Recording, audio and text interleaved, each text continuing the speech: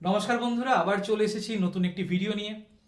আজকের ভিডিও খুবই গুরুত্বপূর্ণ, কারণ আমরা প্রত্যেকেই জানি যে আমাদের জীবনে চলার পথে সমস্ত কিছুর সাথে একটি জিনিস খুবই দরকার, যেটা ছাড়া হয়তো এক পা চলা সম্ভব নয় এখনকার দিনে, আর তা হলো অর্থ। অর্থ রোজগার অনেকেই করে, কিন্তু অর্থকে ভবিষ্যতে যেন সঞ্চয় করতে পারা সবার দ্বারা কিন্তু হয় না। সেটিও একটি কিন্তু আর্ট, এবং তার জন্য একটু পড়াশোনা করতে হয়, একটু জানতে হয়, সঠিক মানুষের কাছে পৌঁছতে হয়। তো এই সমস্ত বিভিন্ন জিনিস নিয়ে আজকে আলোচনা করতে আমাদের সামনে উপস্থিত হয়েছেন যিনি, ওনার প্রায় 8 থেকে 10 বছরের অভিজ্ঞতা বিভিন্ন রকম বিষয় নিয়ে, যা আজকে আমরা আলোচনা করব, এবং আশা করি আপনাদের প্রত্যেকেরই এই প্রত্যেকটি আলোচনা, প্রত্যেকটি বিষয় নিশ্চয়ই জীবনে কোনো না কোনো সময় কাজে লাগবে। তো তাই জন্য আর সময় বেশি দেরি না করে আমাদের এপিসোড নাম্বার 4-এ স্বাগত জানাচ্ছি মেদিনীপুর এবং এই পুরো ওয়েস্ট বেঙ্গলের বিভিন্ন প্রান্তে উনি কাজ করে গেছেন, খুবই স্বনামধন্য মাননীয় শ্রী বুদ্ধদেব গিরি মহাশয়। নমস্কার। নমস্কার বুদ্ধদা, বলুন। তোমাকে স্বাগত আমাদের এই চ্যানেলে। ধন্যবাদ। যদি আমাদের চ্যানেল নতুন, এখনো জানি না কতটা অডিয়েন্সের কাছে পৌঁছতে পারবো, তবে ভাবলাম যে নতুন চ্যানেল ভালো ভালো জিনিস দিয়ে শুরু করাটা খুব দরকার। তো তাই জন্য তোমাকে ডাকা, এবং আমি প্রথমেই ক্ষমা চেয়ে নিচ্ছি, আজকে ভিডিও দেরি হয়েছে অনেক শুরু করতে। তো তুমি যে তোমার ব্যস্ততার মধ্যে দিয়ে সময় বের করতে পেরেছো, তার জন্য তোমাকে খুব ধন্যবাদ। তো প্রথমেই বুদ্ধদার সমস্ত কিছু বিষয় যাওয়ার আগে আমি আগে একটু তোমার যে জার্নি বা তুমি যে এলে, এই বিষয়গুলো যদি সঙ্গে যদি আমাদের একটু বলো তাহলে খুব ভালো হয়। আচ্ছা, কলেজ শেষ করার পর সবাই যেরকম ভাবে চাকরির পরীক্ষা ফরীক্ষা ওইসবও শুরু করেছিলাম, দিয়ে দেখলাম হচ্ছে না। তো তারপরে এসবিআই ক্রেডিট কার্ডের কাজে ঢুকেছিলাম 1 বছর। আচ্ছা। তো 1 বছর ক্রেডিট কার্ডের কাজটায় ঢুকে হয়েছে কি, প্রচুর টাফ কাজ ছিল। আজ থেকে প্রায় 8 বছর 9 বছর আগে ক্রেডিট কার্ড বিক্রি করাটা খুব চাপের কাজ এবং ছিল। তো ওইগুলো মানে টার্গেটেড ব্যাপারটা বা বিষয় একবারে থাকে অনেক। টার্গেট মানে প্রতিদিনের টার্গেট থাকতো। আচ্ছা। মানে টার্গেট কীরকম হয়, লোক ভাবে সপ্তাহে মাসে, ওই রকম না, প্রতিদিনের everyday target. Target. Every target. আর তারপরে একটা ছিল, আমার পোস্টিং এমন জায়গায় ছিল, একটা গ্রামের দিকের ব্রাঞ্চে। আচ্ছা। তো সে মানে 100 গুণ বেড়ে গেছিলো তখন কাজের চাপ এমন হ্যাঁ। একটা। তো এবার তারপরে ছোট ছোট আরও কিছু ব্রাঞ্চ দায়িত্বে ছিল। তো একটা এরকম ব্রাঞ্চ ছিল সিজুয়া ব্রাঞ্চ। আচ্ছা। তো ওইখানে একজন স্যার আমার সাথে, ওখানে কাজ কম থাকতো, তো গ্রামের দিকে কে আর ক্রেডিট হুম কার্ড হুম নিয়ে হুম কাজ হুম কম থাকতো, বসতাম আড্ডা হুম মারতাম, গল্প করতাম। দিয়ে উনি আমাকে ভদ্রলোক বোঝালেন যে এই রকম কাজ করে লাভ নেই, আলটিমেট লাইফে বেশি দূর যাওয়া যাবে না। হুম তো উনি আমাকে বুঝালেন যে কি কি করতে হবে না করতে হবে। তো তারপরে আমি একটু ভেবে দেখলাম, চিন্তা করে দেখলাম যে হ্যাঁ, ঠিকঠাকই আছে, প্রথমে 1-2 বছর কষ্ট হবে, কিন্তু তারপর দাঁড়িয়ে যেতে পারা যাবে। হুম। তো ক্রেডিট কার্ডের কাজ ছেড়ে দিলাম, দিয়ে ঢুকে গেলাম এইসব জায়গায়। তো তারপর থেকে পুরো জার্নি এত বছর ধরে। একবারে তারপর থেকে এখনো পর্যন্ত চলছে, প্রতিদিন বাড়তেও আছে। বাহ, খুব ভালো, শুনে খুব ভালো লাগলো বুদ্ধদা। আহ, তোমার সাথে যেহেতু আমার অনেক দিনের পরিচয়, তো আমি তো বিষয়গুলো জানি, এবং যতটুকু তুমি আমাকে গাইড করো আমি তাতে উপকৃত অনেক সমস্ত রকম দিক থেকেই। এবং আমিও মনে করি যে এটা যদি সবার সামনে তুলে ধরা যায় তাহলে হয়তো আরও কিছু মানুষ উপকৃত হতেই পারে। একবারে দরকারও আছে। তো তাই জন্য একদম সবার প্রথম আমি যেই প্রশ্নটা তোমাকে করতে চাই সেটা হচ্ছে যে আমরা তো রোজগার সকলেই করি, কিন্তু ইনভেস্টমেন্ট এবার অনেক রকম, তো ইউটিউবে ভিডিও দেখি বা টিভি বা বিভিন্ন জায়গায় বন্ধুদের মুখ থেকে শুনি। তো তোমার মতে কি মনে হয় যে ইনভেস্টমেন্ট কত কত জায়গাতে করা উচিত, এবং কোন কোন জায়গাগুলোতে করলে আমি কিছুটা হলেও মূল্যবান মানে কিছু ফিডব্যাক ওখান থেকে পাবো, মানে আমার বৃদ্ধি হবে অর্থের, তো সেরকম কি কি যদি একটু বলো তুমি। আচ্ছা, আমি একটা সোজা সোজা ভাবে বলি, একবারে আচ্ছা। সোজা সোজা। এত বেশি ভাবনা চিন্তা করলে না মাথা গুলিয়ে যাবে। হ্যাঁ। আমাদের আগের যে জেনারেশন, যারা হ্যাঁ। যারা বাবা, দাদু। জেঠু, দাদু, হ্যাঁ। ওদের কাছে অপশন খুব কম ছিল। হুম। 2-3টে অপশন ছিল, পোস্ট অফিস, হুম। Bank, LIC. এটা ঠিক কথা। হলো 3টে অপশন, ওর মধ্যেই ঘোরাফেরা হতো। একদম। এবার তখন কি শেয়ার মার্কেট ছিল না? তখন শেয়ার মার্কেট ছিল, বাট ভয় যে একটা থেকে গেছে টাকা ডুবে যাবে। হুম হুম হুম হুম হুম। তখন মিউচুয়াল ফান্ড ছিল, মিউচুয়াল ফান্ড অনেক দিন আছে, হুম। কিন্তু লোক ওই দিকে যাওয়ার মানে চেষ্টাও করেনি, বা ফিনান্সিয়ালি যে জ্ঞান যেটা দরকার, যে ঠিক। অর্থনৈতিক জ্ঞান, সেটাও ছিল না। ঠিক। এবার এই হলো কথা। হুম। এবার আমাদের জেনারেশন আস্তে আস্তে একটু একটু শিখছি, সবে একটু একটু শেখা শুরু করছি যে কি করা উচিত। হুম। আমি যতটুকু শিখেছি, যতটুকু মার্কেট স্টাডি করছি, যতটুকু শিখছি এখনো, হুম। তাতে আমার মনে হয় 3টি জায়গা আছে ইনভেস্টমেন্ট করার। আচ্ছা। ঠিক আছে, এক, লাইফ ইন্স্যুরেন্স দরকার। মানে লাইফ ইন্স্যুরেন্স বলতে শুধু এলআইসি না, মানে যে না কোনো না না, ধরনের। এলআইসি একটা কোম্পানি, হ্যাঁ। লাইফ ইন্স্যুরেন্স দরকার। ইন্স্যুরেন্সের 3 রকমের আবার ভাগ আছে, আরও হয়তো বেশি থাকতে পারে, আমি জিনিসটা নিয়ে বেশি ঘাঁটিনি। 3 রকমের ভাগ আছে। একটা হয় এন্ডোর্সমেন্ট প্ল্যান, মানে আমি এত টাকা দিলাম, আমার এত বছরের কভারেজ থাকলো, মরে গেলে এত পাবো, না হলে যে টাকাটা দিচ্ছি তার উপরে কিছু সুদ দিয়ে দেবো, সোজা হিসাব। আর একটা থাকে ইউলিপ প্ল্যান, সেটা মার্কেট লিঙ্ক আচ্ছা, হলো। আর একটা থাকে যেটা অ্যাভয়েড করে যায়, এখন লোক সেটা জানতে শিখেছে, সেটা হলো টার্ম প্ল্যান। ঠিক, টার্ম প্ল্যান কিন্তু এখন প্রচুর মানুষ করে। এখন জানতে শিখেছে, কিন্তু আগের জেনারেশন, আজ থেকে তো 10 বছর আগেও টার্ম প্ল্যান বিক্রি হতো না, ঠিক, এখন জানতে শিখেছে। টার্ম প্ল্যানে কি হয়, অনেকটা টাকা কভারেজ থাকে, 50 লাখ 1 কোটি এরকম একটা কভারেজ থাকে, ঠিক আছে, তার জন্য পয়সাও কম দিতে হয়। কিন্তু আগে এগুলো জানা ছিল না বলে করতো না, এখন সবে শুরু হয়েছে, টার্ম প্ল্যানটা এখন শুরু হয়েছে। আচ্ছা, 2 নম্বর অপশান থাকবে যে আমি যদি ইনভেস্ট করছি, সময় কত দিচ্ছি ইনভেস্টের। যদি আমার লং টাইম হয় তাহলে ইকুইটির থেকে ভালো জিনিস আর কিছু নেই, ওর থেকে বেশি রিটার্ন কেউ দিতে পারবে না। ইকুইটি, এবার ইকুইটি কীরকম হয়, ডাইরেক্ট শেয়ার মার্কেট, তার জন্য পড়াশোনা করতে হবে, আর না হলে লোকের ভরসায় থাকতে হবে, ঠিক আছে, কোনো ফিনান্সিয়াল অ্যাডভাইজার যিনি আছেন থাকতে হবে। এবারে কি হয়, মার্কেট ওঠানামা করতে থাকে, আমি একটা স্টকে যদি ইনভেস্ট করি, সেটা বাড়লে সেটা আমার প্রফিট, কমলে লস, একদম হলো একদম। তাহলে আরেকটা অপশন থাকছে কি, মিউচুয়াল ফান্ড। মিউচুয়াল ফান্ডে কি হয়, অ্যাডভাইসার যদি আমি নাও নিই, অনলাইনেও করলাম, তাতেও কি হয়, ফান্ড ম্যানেজার থাকছে, হলো ফান্ড ম্যানেজার থাকছে যে আমার ফান্ড ম্যানেজ করবে, ঠিক। আর একটা ফান্ডে কি হয়, ইকুইটি 70টা 60টা 50টা যেরকম পারে স্টক নিয়ে নেয়, অনেকগুলো স্টক নিয়ে কি হয়, ভাগ করে দেয় পার্সেন্টেজ ওয়াইজ টাকাটাকে, 100 টাকায় কোনোটা 1 টাকা, কোনোটা 2 টাকা, কোনোটা 3 টাকা, এরকম পার্সেন্টেজ ওয়াইজ ভাগ করে দেয়। তাতে কি হয়, মার্কেট যখন বাড়ছে তখন সব স্টক বাড়ে না, কিছু কমছে, আবার যখন কমছে তখন সব স্টক কমে না, কিছু বাড়ছে, তাতে কি হয়, ব্যালেন্স থাকে। ঠিক, তাতে কি হয়, মিউচুয়াল ফান্ডে লং টাইমে রিটার্নটা বাড়তে থাকে, অন্তত সাধারণ যে ইনস্ট্রুমেন্টগুলো, ফিক্সড ডিপোজিট হ্যান যা যা আছে তার তুলনায় কিছুটা হলো বেশি। তবে সবসময় মাথায় রাখা উচিত, মানে একবারে ক্লিয়ার ধারণা থাকা এটা উচিত যে আমি কত সময়ের জন্য করছি, এটা একবারে ক্লিয়ার ধারণা। যেমন অনেকে থাকে বলে আমি কম সময় কিছু করব, 1 বছরে করব, 1.5 বছরে করব, এইটা বলছি, তখন তার জন্য আলাদা ওষুধ আছে। এই একবারে ডাক্তাররা যেরকম হয়, এই ডাক্তারই সেরকম করতে হয়। মিউচুয়াল ফান্ডটা কমপ্লিট সলিউশনের জায়গা, কিন্তু ঠিকঠাক ওষুধ দিতে হবে। 1 বছরের জন্য আলাদা ফান্ড, 6 মাসের জন্য আলাদা ফান্ড, 3 বছরের জন্য আলাদা ফান্ড, 5 বছরের জন্য আলাদা ফান্ড, আবার 20 বছরের জন্য আলাদা ফান্ড, ঠিক হলো, ওষুধ ঠিকঠাক দিতে হবে। এবারে 3 নাম্বার সব থেকে ইম্পর্ট্যান্ট, সামনের যে প্রথমের যে দুটো বললাম, এই দুটো না করলে হবে, বাট হেলথ ইন্স্যুরেন্স করতেই হবে। এই হলো কথা, আমার 1 পয়সাও না জমালে হবে, কিন্তু হেলথ ইন্স্যুরেন্স এনি হাউ করতে হবে। তাতে যদি খেতে না পাই তাও ঠিক আছে, কারণ এখন আমার যা কন্ডিশন, যদি কখনো হেলথ ইস্যু হয় আর হেলথ ইন্স্যুরেন্স না থাকে, তাহলে কিন্তু রাস্তায় নামিয়ে দিতে পারে। বুঝতে পেরেছি। না, সেটা তো দরকারই, এখন তো মানুষের রোগ জ্বালা লেগেই আছে, মানে কম বেশি প্রত্যেকেরই, তো সেটা তো ঠিকই গুরুত্বপূর্ণ, সেটা নিশ্চয়ই এই ব্যাপারেও আসবো, মানে আস্তে আস্তে আমি বলবো। সবার প্রথম একদম, মানে আমার যেটা প্রশ্ন, যেহেতু এতগুলো জিনিস তুমি বললে, যেমন ধরে নাও কথা বলছি, একটা যদি ছোট্ট এক্সাম্পল যদি তুমি দাও, যেমন ধরে নাও কথা বলছি, এখন ধরে নাও একটা 22-24 বছরের বাচ্চা ছেলে, ঠিক আছে, সে সদ্য পড়াশোনা শেষ করে তো টিউশন পড়াচ্ছে, বা টুকটাক কিছু নিজের হাত খরচা কিছু করছে, 2-4 হাজার টাকা মাসে কি 5,000 রোজগার করছে, এবং তার সাথে তার পড়াশোনার কাজ করছে।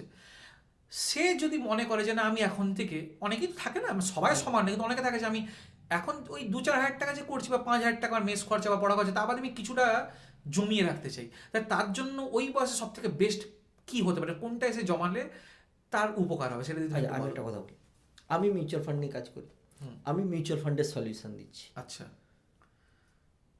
500 টাকা করে তো এসআইপি করা যায় মাসে, অবশ্যই 500 টাকা করে, বেশি না, 500 টাকা একদম। এখন বাচ্চাদের হাত খরচা অনেক, আমরা 2 টাকা পেতাম না, এখন প্রচুর হাত খরচা, ঠিক, 500 টাকা করে জমানোই যায়। যে কোনো বয়সে, যত কম বয়স হবে তত ভালো, যত কম বয়স হবে তাতে কি হবে, পরবর্তীকালে টাইমটাও বেশি পাবে। এবার 500 টাকার হিসাব বলি, 500 টাকা জমিয়েও 1 কোটি টাকা করা যায়, তাই একবারে, মানে মাসে মাসে 500 টাকা মাসে জমিয়ে বলছে এক মাসে 500 টাকা, শুধু আমাকে হিসাব করে রাখতে হবে। কিভাবে, মানে বলি 500 টাকা শুনে তো আমার মনে হচ্ছে যে অবিশ্বাস্য লাগে, কিন্তু আমি বললাম না, টাকা জমানোটা, টাকা রিটার্ন পাওয়াটা পুরোটা সময়ের খেলা। মিউচুয়াল ফান্ড কি করে, যত সময় বেশি যেতে থাকে ও কম্পাউন্ডিং ইন্টারেস্টে টাকা বাড়াতে থাকে, মানে 2 থেকে 4, 4 থেকে 8, 8 থেকে 16 এইভাবে বাড়াতে থাকে। আচ্ছা, তো 500 টাকা করে জমা কোটিপতি হতে পারে, তার কীরকম হয় নিয়ম, 14% করে রিটার্ন ধরবো আমরা গড় একটা একবারে। 14% মানে প্রচুর, অনেক বেশিও ধরছি না, অনেকটাই, অনেকটা মানে কমও যদি ধরছি না। ব্যাংকের তুলনায় তো অনেক হ্যাঁ, এফডি কিন্তু থেকে। এমনি যেভাবে মার্কেট যেভাবে রিটার্ন দেয়, হ্যাঁ মার্কেট এমনি নিফটি গড় লাস্ট 10 বছর যদি আমরা এভারেজ করি, হ্যাঁ 12% রিটার্ন দিচ্ছে। তো মিউচুয়াল ফান্ড, অ্যাক্টিভ ফান্ডগুলো একটু বেশিই দেবে। আচ্ছা তবে 14% রিটার্ন ধরলাম। আচ্ছা 14% রিটার্ন 40 বছর ধরে কী করতে হবে, ইনভেস্টে থাকতে হবে 40 বছর। তাতে মাত্র আমার 2,40,000 টাকা ইনভেস্ট হচ্ছে। মানে ওই যে মানে ওই 40 বছর 500 যদি আমি টাকা, করি, হ্যাঁ ওই 500 টাকা করি 40 বছর। মানে বলতে যে 20-22 বছর যে কোনো একটা করছে ছেলে, সে রিটায়ারমেন্ট এক ধরনের 62 বছর বয়সে। 20 বছরের একটা ছেলে আরো 40 বছর পাচ্ছেই কাজ করার জন্য। হ্যাঁ সে 500 টাকা যদি করে নেয়, তারপরে হ্যাঁ। যদি কাজে ঢুকে, ওই 500 টাকাটা ভুলে যাবে। বাট ওই 500 টাকাটা ওর যখন রিটায়ার হবে 60 বছরে, তখন কিন্তু 1 কোটি টাকা হয়ে যাবে। এবারে তখনকার দিনে ওটার ভ্যালু কি হবে সেটা আলাদা ব্যাপার, ঠিক ঠিক আছে, সেটা সেটা তো আলাদা বিষয়। সেটা হ্যাঁ একটা আলাদা অন্যদিকে হ্যাঁ চলে যাবে। হ্যাঁ। তার মানে বলছো এইভাবেও কিন্তু মানে 500 টাকা করে করেও জমানো সম্ভব। এবার সেটা দিয়ে বলছো যে কেউ একটু বেশি বয়স হয়, তাদের টাকার পরিমাণ তাহলে বাড়াতে হবে, 1000, 1200, 1500 এই জিনিসগুলো। এইবার যে যতটা পারে করতে পারে, 5,000 টাকা কেউ করে করুক না, 25 বছরে 1 কোটি হয়ে যাবে। 10,000 টাকা করে করুক, 20 বছরে 1 কোটি হয়ে যাবে। ঠিক, মানে 500 টাকার তুলনায় বিবেচনা করলে তো সে তো স্বাভাবিক সময় লাগবেই হ্যাঁ বেশি, হ্যাঁ হ্যাঁ হ্যাঁ এ তো স্বাভাবিক বিষয়।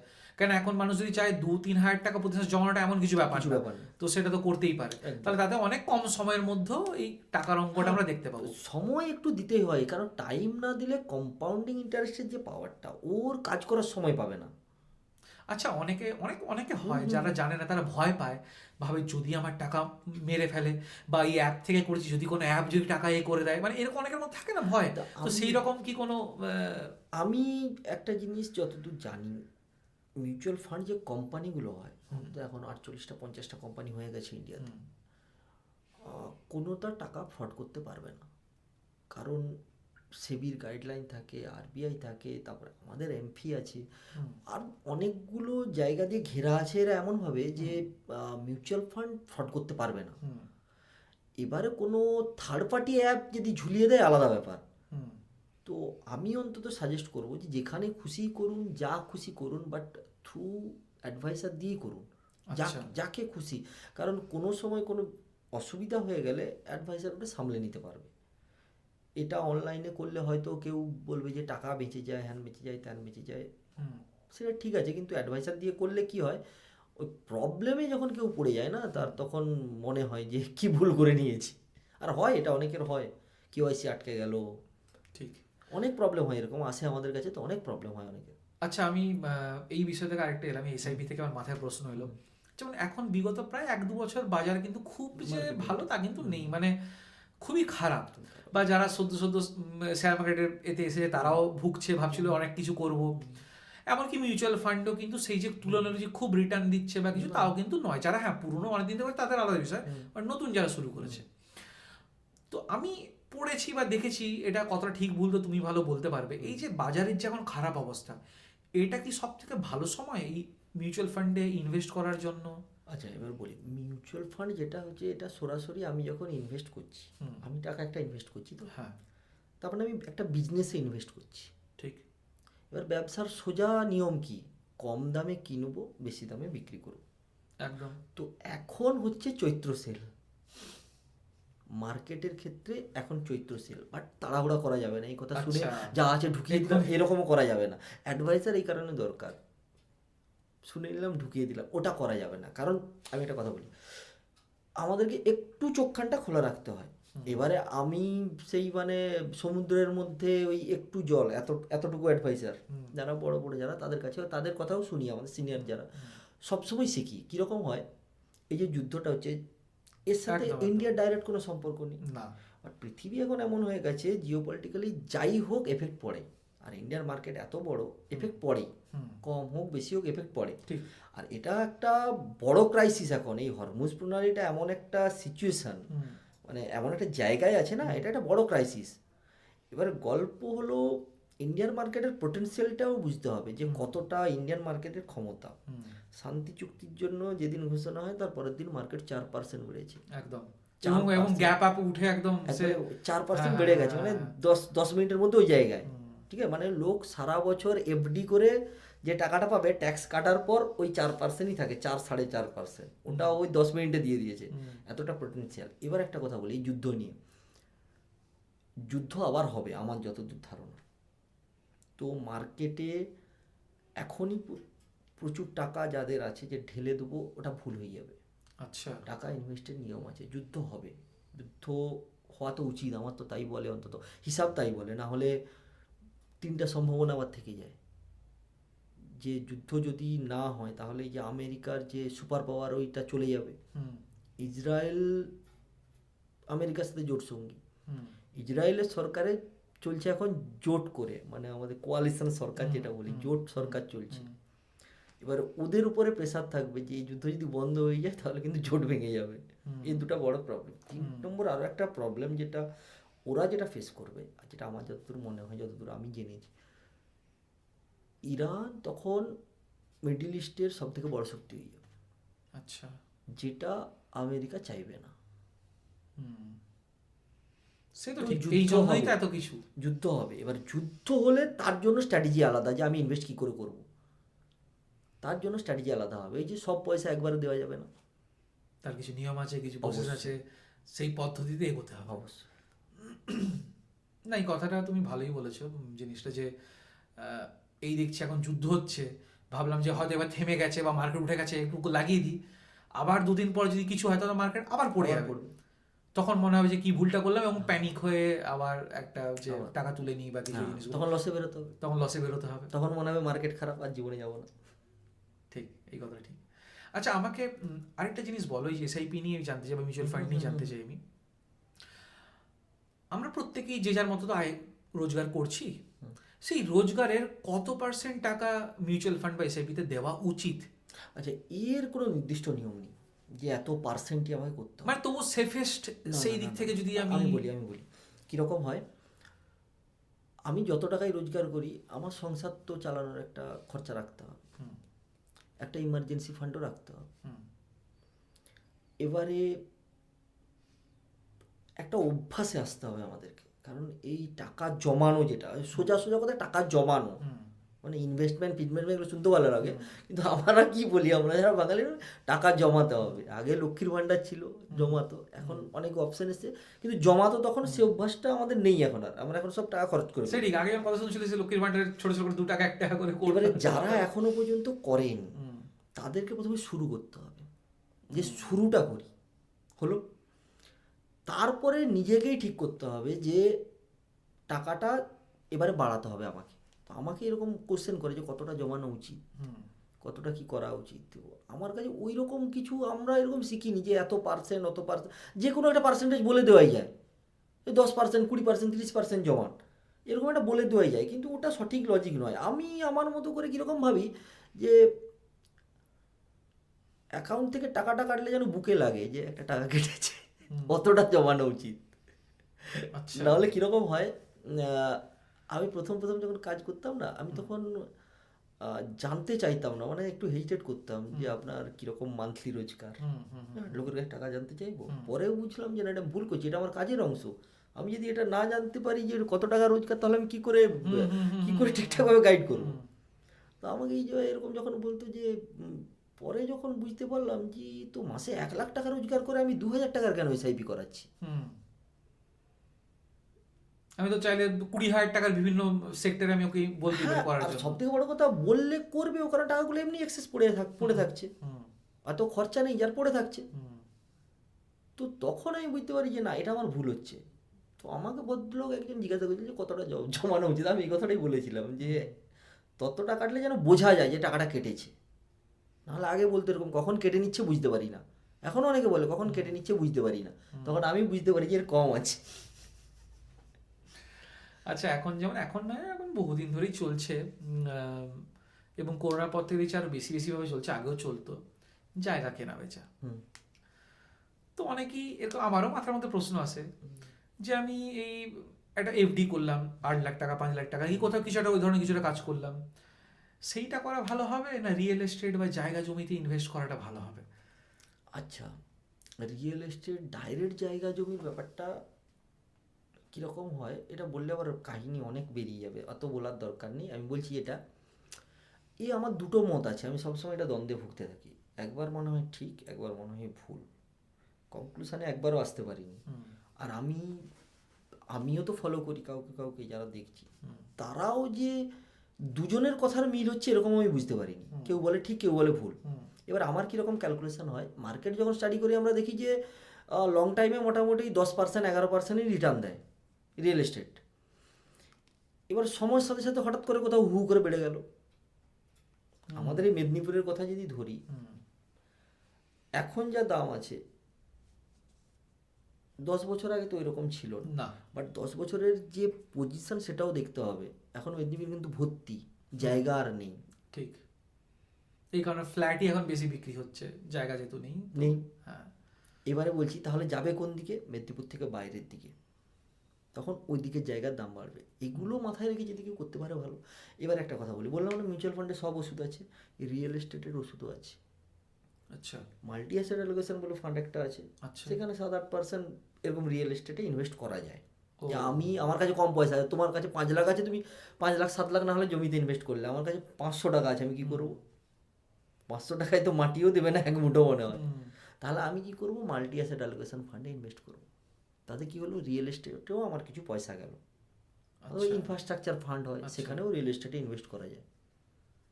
কারো যদি ইচ্ছা হয় তাহলে রিয়েল এস্টেট, তাদের জন্য এরকম অবস্থাও আছে।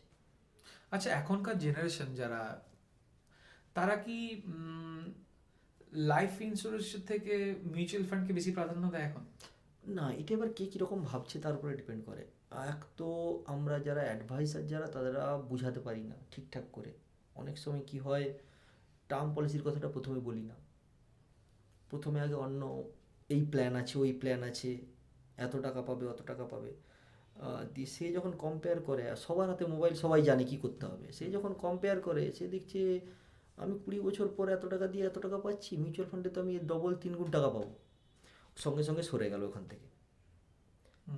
এবার টার্ম প্ল্যান যদি প্রথম থেকে বলে যদি বোঝানো হয় যে এটার দায়িত্ব কী, টার্ম প্ল্যানটা কী করতে পারে, কেন টার্ম প্ল্যান করব, তারপরে আমি অন্য জায়গায় ইনভেস্টের কথা বলবো, তাহলে আমার মনে হয় বেশি আকৃষ্ট হবে। কিন্তু এই যে এখন তো আবার শুনছি টার্ম প্ল্যান রিটার্ন, মানে ওই যেটা দিচ্ছি সেটা আবার ফেরতের ব্যবস্থা এখন হয়ে গেছে। আগেও রিটার্ন ছিল। আচ্ছা, আগেও ছিল। আগে ছিল কি তার জন্য বেশি পয়সা দিতে হতো। এখন কি হয়েছে, কম্পিটিশনের মার্কেট, ওরাও তো জানে বসে আছে মাথা নিয়ে এত এত, ওরাও জানে টাকা চলে আসছে অন্যদিকে, তো সে জায়গায় এখন রিটার্ন দিচ্ছে, অলমোস্ট সব কোম্পানি দিচ্ছে। মানে যেটাই দিচ্ছি সেটা আমি আবার ফিরে পাচ্ছি, হ্যাঁ, যদি কিছু দুর্ঘটনা না ঘটে। তো তো ওই জন্য এখন মনে হয় এই কারণে টার্ম প্ল্যানটা বেড়েও গেছে, তাই না? সেই কারণে মানে আগের থেকে বেড়েছে। এবং সত্যি কথা দরকারও তো ওটা, মানে জীবনে কখন কি অঘটন ঘটবে, মানে দরকার। মানে ইন্স্যুরেন্স যদি নিতে হয় তাহলে টার্ম প্ল্যান, মানে লাইফ ইন্স্যুরেন্স যদি নিতে হয় তাহলে টার্ম প্ল্যান। মানে বলছি এই ধরনের পলিসি ওইসব যাওয়ার দরকার নেই, যেটা বলতে অন্তত আমার তো মত। আমি একটা কথা কিন্তু বারবার বলি যে আমরা যদি 5 জন অ্যাডভাইসার এরকম বসি না, ফিনান্সিয়াল অ্যাডভাইসার, সবার মত আলাদা আলাদা হতে পারে। সে তো ঠিক। আমি যেমন শুধু টার্ম প্ল্যানের কথাই বলি, অন্যগুলো আমার ঠিক, মানে আমার পছন্দ নয়। অন্য কেউ হয়তো বলবে যে না অন্যটা ভালো, গ্যারেন্টেড রিটার্ন দেবে, হ্যান দেবে, ত্যান দেবে। তা আমি ক্যালকুলেশন করে দেখে নিয়েছি ওগুলো, আমার তখন মনে হয়েছে যে না, এই আমার লসই হবে, কারণ আমি ওইটাকে অন্য জায়গায় ইনভেস্ট করবো না। ঠিক। আচ্ছা, এই যে যেমন বললাম, কথাবার্তা বললাম যে এসআইপি নিয়ে, মিউচুয়াল ফান্ড নিয়ে, এবার তো যেটা বললে যে তুমি যে ফিনান্সিয়াল অ্যাডভাইস থাকাটা দরকার, এবার তবু অনেক সময় কি হয়, কেউ চায় যে আমি নিজে একটু করব, হতেই তো পারে, কেউ চাইতেই পারে যে আমি নিজে করব। তো তাকে কোন কোন দিকগুলি বেসিক্যালি দেখা উচিত যাতে সে ভুল কিছু ডিসিশন না নিতে পারে? তো সেগুলো কি কি দিকগুলো তাকে একটু রিসার্চ করে তার ইনভেস্ট করা উচিত? ইনভেস্টার, আমি মিউচুয়াল ফান্ডটা বলছি, কারণ এটা যেহেতু আমি জানি, এটা কিছু না জানলে নিফটি 50, কিছু জানি না নিফটি 50। 2 নম্বর কথা, টাইমটা ক্লিয়ার থাকতে হবে যে আমি কত দিনের জন্য করছি। কোন টাইমটা বেস্ট তোমার মতে? মিনিমাম 5 বছর। 5 বছর মিনিমাম। তার একটা ভালো রিটার্ন চোখে দেখতে পাবো, ভালো হোক খারাপ হোক রিটার্ন আসবে। আচ্ছা, ব্যাংক পোস্ট অফিসের মানে থেকে টাকাটা চলে যাবে না, ব্যাংক পোস্ট অফিসের থেকে বেশি রিটার্ন আসবে, রিটার্নও আসবে, ব্যাংক পোস্ট অফিসের থেকে বেশিও আসবে। বাট একটা 5 বছর ধরতে হবে যে 5 বছর থাকবেই।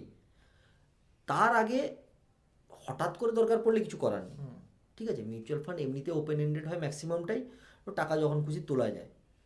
কিন্তু যদি না খুব দরকার হয় তাহলে 5 বছর মিনিমাম, তার বেশি হলে ফান্ড চেঞ্জ করতে হবে। তখন ও। আর নিফটি ফিফটি থাকার দরকার নেই। আচ্ছা আচ্ছা, মানে 5 বছর বেশি হলে বলছো ও নিউট্রিটি করে লাভ নেই, অন্য কিছু। না, নিফটি ফিফটি কীরকম হয়, নিফটি ফিফটিও একটু দরকার। এবারে আমার যদি 5,000 টাকার ইনভেস্ট হয়, হুম তাহলে আমার নিফটি ফিফটি একটু অ্যালোকেশন করলাম, একটু স্মল ক্যাপ নিলাম, একটু মিড ক্যাপ নিলাম। এবার বয়স তার উপরে ডিপেন্ড করে, যে আমি একজন 55 বছরের লোককে বা 60 বছরের লোককে এই ফান্ডগুলো দিতে পারবো না, যেটা আমি একজন 20 বছর, 30 বছর, 40 বছরকে দিতে পারবো। হুম। অ্যাডভাইসার এই জন্য দরকার। আরও দুটো তিনটে জিনিস আছে, সেগুলো আমি বলবো না, সেগুলো বললে আমার ব্যবসা বন্ধ হয়ে যাবে। তো তো তার মানে বলছো যে নিফটি ফিফটিতে করতে পারলে বেসিক্যালি শুরু শুরুটা করুক না, করা নিফটি কেউ যেতেই করতে পারে। চাইলে নিফটি ফিফটি থেকে শুরু করুক। ব্লু চিপ ফান্ড আছে, মানে যেগুলো লার্জ ক্যাপ ফান্ড, সেগুলো দিয়েও শুরু করা যেতে পারে, কোনো আচ্ছা। অসুবিধা নেই। এখন এখন যেহেতু মার্কেট যেহেতু ডাউন আছে, হুম। এখন যদি কেউ শুরু করতে চায়, অন্তত আমার যতদূর মনে হচ্ছে আরও 6 মাস কি 1 বছর মার্কেট এরকম থাকবে। এখন কি লার্জ ক্যাপ, মিড ক্যাপ না স্মল ক্যাপ, কিসে যাওয়া এখন উচিত? করতে হবে হাইব্রিড ফান্ডে। হাইব্রিড ফান্ড, ওটা আবার কেমন জিনিস হাইব্রিড হাইব্রিড ফান্ড? ফান্ড হলো ইকুইটি আর ডেট মিলিয়ে। এবার আবার ডেট ফান্ড আছে। ডেট ফান্ড তুমি বলতে পারো, সোজা সোজা কথা বললে, ফিক্সড ডিপোজিটের মতো সেভ রিটার্ন দেয়। আচ্ছা। ঠিক আছে, তো ইকুইটি আর ডেট যদি মিশিয়ে দিই, ইকুইটি যেমন ভোলাটাইল হলো, বাড়া কমা হচ্ছে, এ কিন্তু একটা রিটার্ন ধরেই থাকছে। আচ্ছা। তো এখন হাইব্রিড ফান্ড দিয়ে শুরু করা যেতে পারে, যাতে আমার মার্কেট পড়লেও কম পড়বে। আচ্ছা, মানে বিভিন্ন রকমের আসলে বিষয় আছে, মানে এগুলো না জানলে হ্যাঁ, না, যে। আমি বললাম তো এটা হ্যাঁ। ডাক্তারি, এ সব রোগের জন্য আলাদা আলাদা ওষুধ আছে।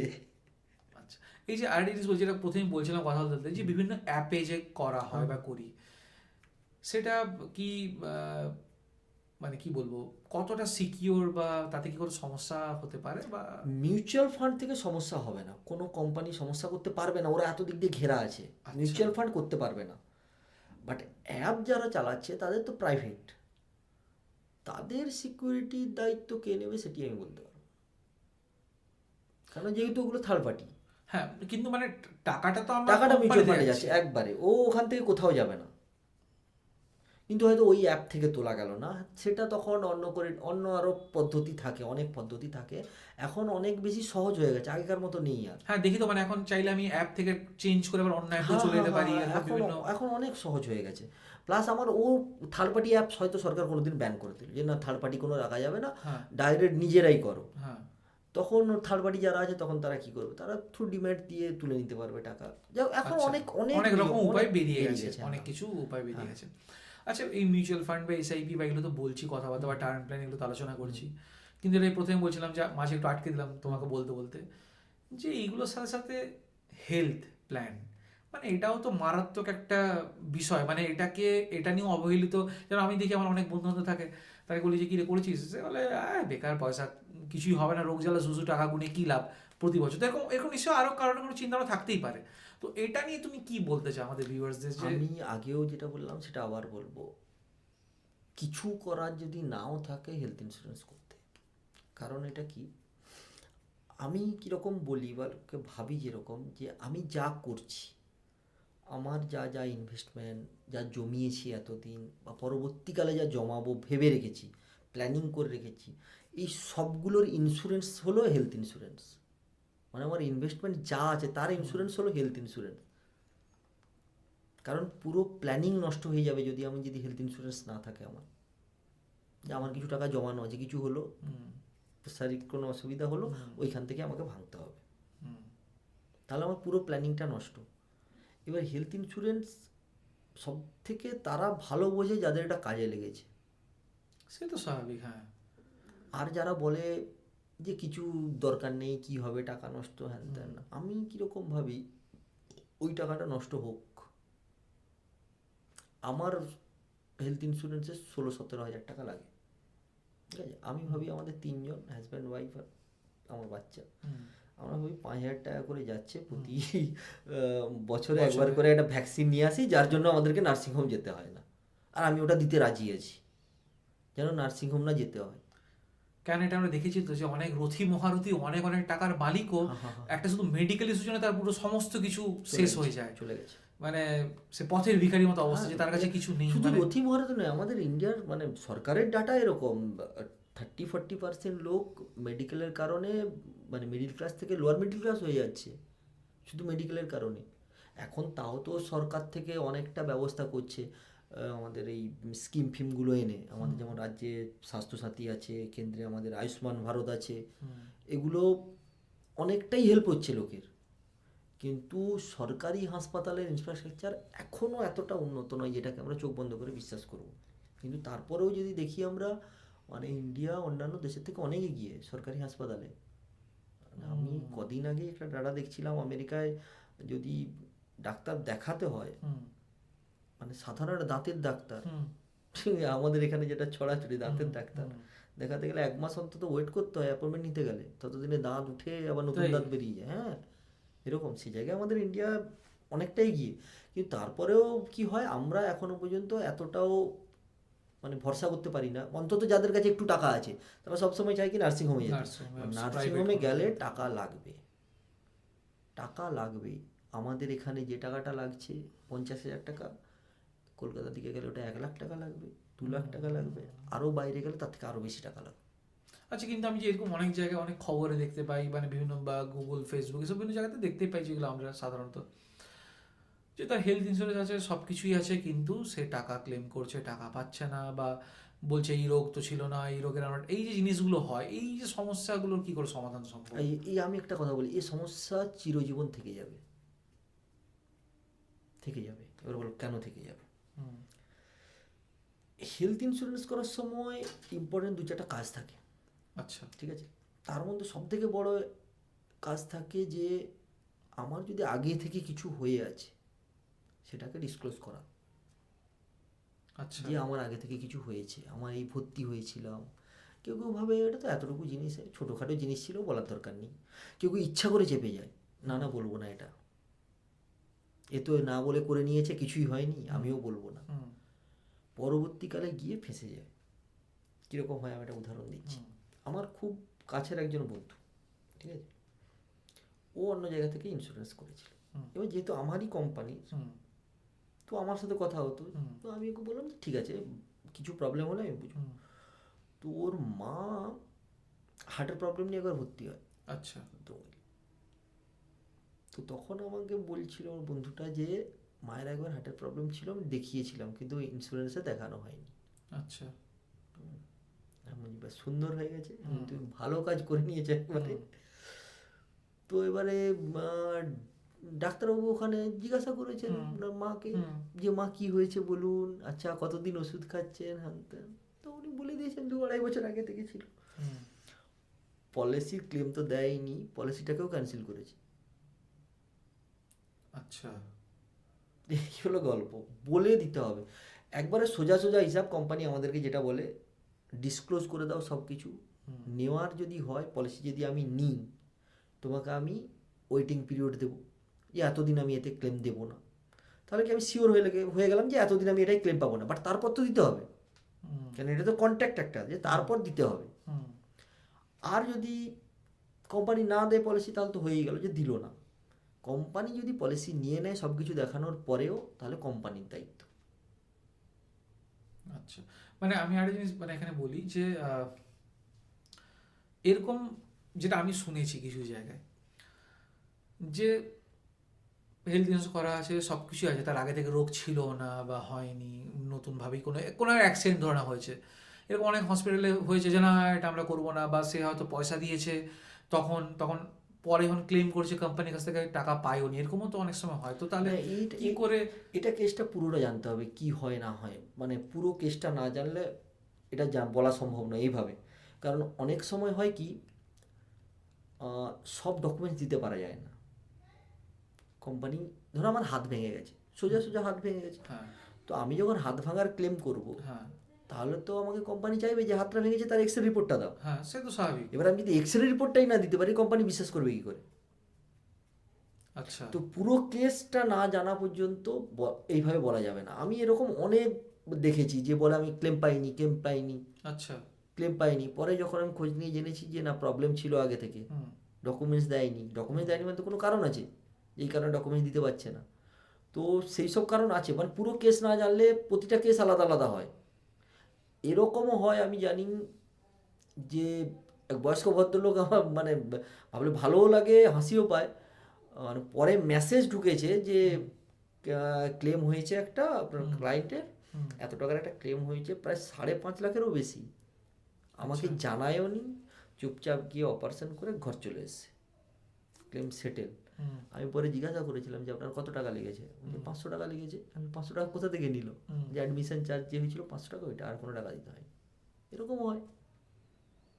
তো একজন মানুষের তবু মোটামুটি কত টাকার হেলথ ইন্স্যুরেন্স করে রাখা উচিত তবু যদি এই দেখা যায়? এই আমার যতদূর মনে হয় না, এই যে মার্কেট এখন আর হ্যাঁ। যেভাবে বাড়ছে, ইনফ্লেশন যা হচ্ছে, বিশেষ করে মেডিকেল কস্ট এত হ্যাঁ। বাড়ছে, 10 লাখ টাকা নেওয়া উচিত মিনিমাম। মিনিমাম। মিনিমাম একটা 10 লাখ টাকা। আর 2-3টা জিনিস মাথায় রাখতে হবে। এক তো রুম রেন্টের যেন ক্যাপিং না থাকে।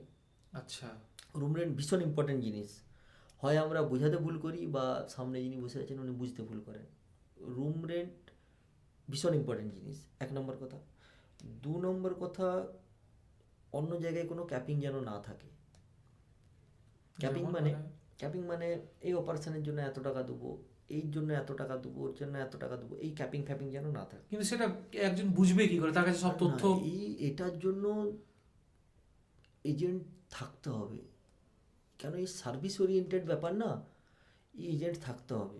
একটা ঠিকঠাক এজেন্ট দেখে কাজ করতে হবে। আর ওই কেন এরকম অনেক সময় হয় না যে মিথ্যা বলে যে সেটাকে গতি দিয়েছে কিন্তু এজেন্ট সেখানে। এজেন্ট ওই রকম মিথ্যা কারা বলে, যারা রেগুলার কাজ করছে না, ওরা মিথ্যা কথা বলবে না। কারণ জানে যে আমি ধরো তোমার কাছে আমি তুমি আমার কাছে কিছু একটা করলে, আমি তোমাকে মিথ্যা কথা বলে দিলাম, আজ না হলে কাল তো তুমি জানতেই পেরে যাবে। হুম। তাহলে তুমি আর আমাকে রেফারেন্স দেবে না। হুম। এজেন্ট রেগুলার যারা কাজ করে তাদের কাছে নিতে হবে। কিন্তু এই জিনিসগুলো কোম্পানি ওয়েবসাইটে থাকে না যে এই পলিসি। অবশ্যই থাকে, অবশ্যই থাকে। কেউ দেখে নিতে পারলে তো খুব ভালো, কিন্তু এবারে ও সব টার্ম তো বোঝাও তো বোঝা আমাদের সম্ভব? সম্ভব না। হ্যাঁ, হ্যাঁ, কারণ হ্যাঁ। ডাক্তারির টার্ম আলাদা থাকে, একদম। আমরা একরকম জানি।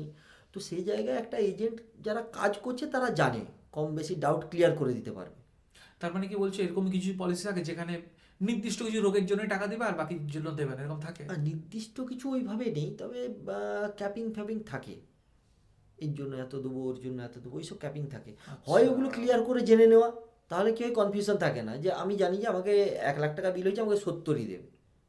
ঠিক আছে, তো ওই ক্যাপিং ফ্যাপিংগুলো দেখে নিতে হবে। রুম রেন্টটা দেখে নিতে হবে, কোথায় কোথায় টাই আপ আছে, আমার কাছাকাছি কোথায় টাই আপ আছে, ওগুলো একটু দেখে নিতে হবে। আচ্ছা, তার মানে কি যেখানে টাই আপনি সেই নার্সিংহোমে কি তাহলে ওই এটা হবে না ব্যাপারটা? হেলথ ইন্স্যুরেন্সে ক্লেম দুভাবে করা যায়। আচ্ছা। একটা হলো, এখন তো নার্সিংহোম গেলেই বলে হেলথ ইন্স্যুরেন্স আছে। আছে কি না? হ্যাঁ, ঠিক হ্যাঁ। আছে, এবারে যেখানে টাই আপ আছে সেখানে আমার ক্যাশলেস হয়ে যাবে, হুম। ক্যাশলেস ফেসিলিটি থাকলে। হুম। আর যেখানে ক্যাশলেস নেই, হুম। তাহলে সেগুলো কী করতে হয়, রিম্বার্সমেন্ট করতে হয়। রিম্বার্সমেন্ট মানে সোজা সোজা কীরকম, আমি টাকা দিয়ে নার্সিংহোম থেকে বেরিয়ে এলাম, আচ্ছা। কোম্পানিকে ইনফর্ম করে দিলাম যে আমি আচ্ছা। এখানে ভর্তি হয়েছিলাম এই কারণে, বেরিয়ে এলাম, এসে আমি সমস্ত ডকুমেন্টস বিল ফিল নিয়ে জমা দিয়ে দিলাম কোম্পানির ঘরে, কোম্পানি আমার অ্যাকাউন্টে টাকা পাঠাও।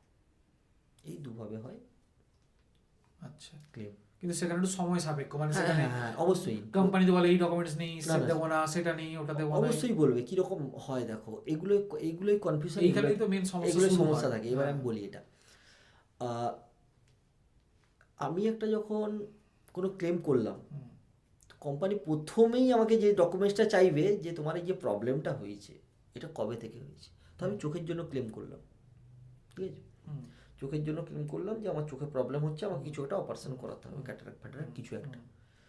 দিয়ে আমি ক্লেম যখন করব, কোম্পানি আমাকে জিজ্ঞাসা করবে যে তোমার কবে থেকে প্রবলেমটা হচ্ছে। আমার যখন প্রবলেম হবে আমি কি করব, প্রথমে তো আমার স্থানীয় ডাক্তার দেখাবো যে আমার এই প্রবলেম হচ্ছে, ডাক্তারবাবু তো ডাক্তারবাবু প্রেসক্রাইব করে দেবে। কোম্পানি ওইটা চায় যে প্রথম আমার ডায়াগনোসিস কবে হয়েছে, প্রথম হলো। এবারে বলি, কম বেশি ইন্ডিয়ার সব পলিসিতে থাকে চোখের উপরে ওয়েটিং পিরিয়ড থাকে। আচ্ছা। 2 বছর, মোটামুটি 2 বছর, কিছু কিছু স্পেশাল পলিসি থাকে 1 বছর। আচ্ছা। হলো, এইবারে আমি পলিসি করে 2 বছর হলো না, তার আগে ক্লেম করলাম, আমার ক্লেম দেবে না। হুম। এবার আমাকে আরও একটা কারণে ক্লেম দেবে না। ফার্স্ট আমি যা ডায়াগনোসিস কবে করেছি দেখালাম, যে আমি পলিসি নিয়েছি তারও 6 মাস আগে, যেটা আমি পলিসিতে বলিনি, তাহলেও ক্লেম দেবে না। এই জিনিসগুলো ক্লিয়ার থাকলে তাহলে আর প্রবলেম হয় না।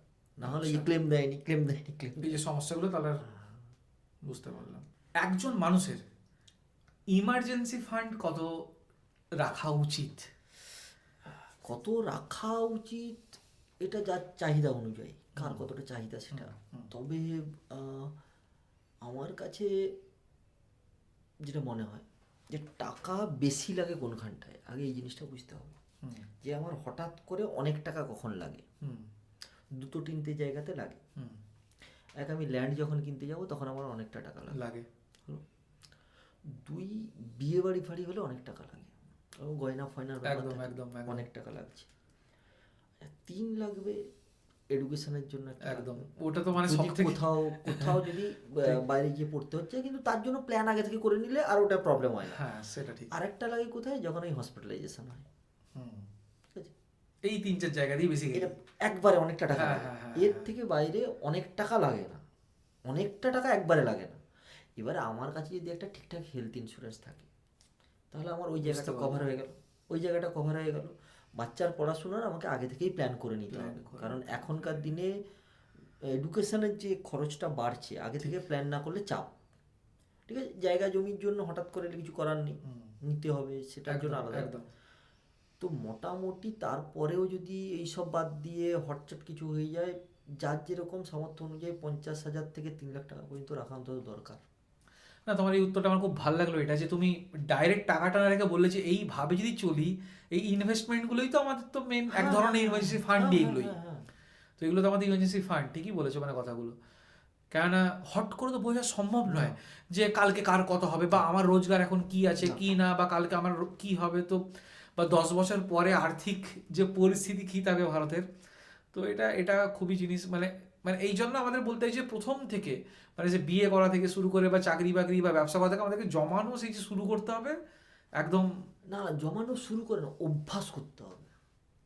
এটা একটা অভ্যাস, আর এটা ভালো অভ্যাস, এটা খারাপ অভ্যাস খারাপ না, অভ্যাস ভালো নয়। ভালো অভ্যাস এটা। কারণ জমানো তো সহজ নয়। জমানো যদি সহজ হতো তাহলে সবাই বড় লোক হয়ে যেত। ঠিক আছে, আমি জানি অনেক সিভিক ভলেন্টিয়ার হয় না, হ্যাঁ, আমার অনেক বন্ধু বান্ধব সিভিক ভলেন্টিয়ার, 10,000 11,000 টাকা বেতন, বেতন ঠিক। 3,000 টাকা 4,000 টাকা করে এসআইপি চালায় মাসে। ওই টাকা থেকে বাঁচি। ওই টাকা থেকে আবার অনেকে এরকম আছে, আমি প্রফেশন বলছি না, 80-90 হাজার টাকা বেতন, 5,000 টাকার এসআইপি চালায়, সেখান থেকে টাকা তুলে নেয় 2 মাস 3 মাস ছাড়া। জমানো এত সোজা নয়, এটা ঠিক কিন্তু কথা। যদি অভ্যাস করে নেওয়া যায় না, তাহলে টাকা থাকবে। আরেকটি বিষয় আমি তোমাকে জিজ্ঞেস করতে চাই, যেমন এখন তো আস্তে আস্তে সত্যি কথা বলতে আগেকার মতো সরকারি চাকরি তো যদি দেখি, প্রাইভেটে তো নেই ছেড়ে দাও, সরকারি চাকরি দেখি রিটায়ারমেন্ট আর কোনো পেনশন এই ব্যাপারগুলো নেই কিন্তু। তো তোমার কি মনে হয় যে সঠিক রিটায়ারমেন্টের টাইমিংস কোনটা হওয়া উচিত, যার পরে মনে হবে যে এরপর আর কাজ ফাজ না করলেও চলবে, মানে এটা কি হওয়া উচিত, এবং সেটার জন্য কবে থেকে বা কিভাবে শুরু করা উচিত? যত আর্লি শুরু করা যাবে তত তাড়াতাড়ি রিটায়ারমেন্ট নেওয়া যাবে। আমি রিটায়ারমেন্টের জন্য হিসাব করে নিতে হবে যে আমার হাতে কত বছর আছে। আমি 50 বছর পর্যন্ত কাজ করবো, তারপরে করবো। যেন ওই ধরলাম, আমি সিম্পল বলছি, একটা 30 বছরের ছেলে, 30 কবি বছরের 20-22 সব ছেড়ে দিলাম, 30 বছরে সে কিছু একটা করে প্রতিষ্ঠিত হালকা হতে পেরেছে, তো তার সে কিভাবে বা তার আমি কি বলি, মানে হওয়া উচিত বা? আমার যেরকম মনে হয় 30 বছরের ছেলে সে ভাবছে আমি 50-55 পর্যন্ত কাজ করব, 60 পর্যন্ত করব না। মানে সেটাও যে যার ব্যক্তির উপর নির্ভর করছে, কেউ অবশ্যই, কেউ অবশ্যই, ভাবে আমি অবশ্যই। 60 পর্যন্ত করবো, অবশ্যই, অবশ্যই, কে ভাবে অবশ্যই। আমি 50 পর্যন্ত। অবশ্যই। আচ্ছা, সে তার মতো করে ঠিক তার করে মতো নেবে ভাবে, আচ্ছা। যে আমি এইটা করবো। আমি যেমন কম বয়সী ছেলেগুলো যারা কাজ হ্যাঁ, করছে তাদের হ্যাঁ, সাথে যখন কাজ করি, তাদেরকে আমি ওই রকমই বলি যে 50 পর্যন্ত কাজ করবি ভাই, 55 পর্যন্ত কাজ করবি, আমাকে তুই মাসে এত টাকা করে এসআইপি একটা কর, তুই এত টাকাটা করপাস জমা করে নিবি ততদিনে গিয়ে, তারপরে যদি বেশি ঘ্যানের ঘ্যানের করে বস, হ্যাঁ, মুখে অ্যাপয়েন্টমেন্ট লেটারটা ছুঁড়ে মেরে আসে, এই রেজিগনেশনটা ছুঁড়ে মেরে আসবি, হ্যাঁ, তাহলে তোর কোনো অসুবিধা হবে না। এবারে কীরকম বলি, আমি অত বছর ধরে টাকা জমাবো, প্ল্যানিং করেই জমাবো, একটু একটু একটু একটু করে জমতে জমতে ওই সময় গিয়ে কর্পাসটা অনেক বড় হয়ে যাবে। হুম, আমরা যেমন কেমন করি, একটু একটু করে জমিয়ে অনেকটা হয়ে গেল, ওখান থেকে টাকাটাকে এসডব্লিউপি সিস্টেমে উইথড্র করি। আচ্ছা, এসডব্লিউপি সিস্টেম হলো সিস্টেমেটিক উইথড্রল প্ল্যান, যেমন এসআইপি কি সিস্টেমেটিক ইনভেস্টমেন্ট প্ল্যান, আচ্ছা। এটা উইথড্র প্ল্যান। মানে ওটা তখন কি মান্থলি মান্থলি মানে কিছু রকম ব্যাপার আছে হ্যাঁ, নাকি? এমআই আচ্ছা, ব্যাংক পোস্ট অফিসে যেটা এমআইএস হয়, আচ্ছা, যে টাকা যেরকম আমি একটা রাখলাম এমআইএস হয়, এখানে যেটা হবে এরকম SWP। SWP, এবার SWP আচ্ছা। মজা আছে। MIS করলে আমি ধরুন 10 লাখ টাকা রাখলাম, হ্যাঁ হলো, হ্যাঁ আমাকে 10 বছর ধরে টাকা দিচ্ছে, যাই দিচ্ছে দিচ্ছে, দিচ্ছে, 10 হ্যাঁ বছর হয়ে গেল, হ্যাঁ। আমি যে 10 লাখ রাখলাম আমার 10 লাখই থাকলো MIS এ, MIS এ, আচ্ছা ব্যাংক পোস্ট অফিসের যে সিস্টেম এখন। আচ্ছা মিউচুয়াল ফান্ডে SWP তে কি হয়, আমাকে যা টাকা দিচ্ছে দিচ্ছে, আচ্ছা 10 বছর পর ওই কর্পাসটা যেটা আমি রেখেছি সেটা হ্যাঁ। প্রায় ডবল হয়ে যাবে। ও মানে SW তে আমি টাকা পাচ্ছিও, আবার সেটা আবার বেড়েও যাচ্ছে। ডবল হয়ে যাবে, প্রায় 10 বছরে ডবল হয়ে যাবে। ঠিকঠাক একটা ফান্ড থেকে যদি SWP করি ডবল হয়ে যাবে। তাই মজাটা এখানে, আমরা এটাই বলি যে একটা সময় পর্যন্ত জমালাম, তারপর থেকে ওখান থেকেই নেব আমি, আমার টাকা কাজ করবে ওইখান থেকেই, ও টাকা আচ্ছা। দেবেও বাড়বেও।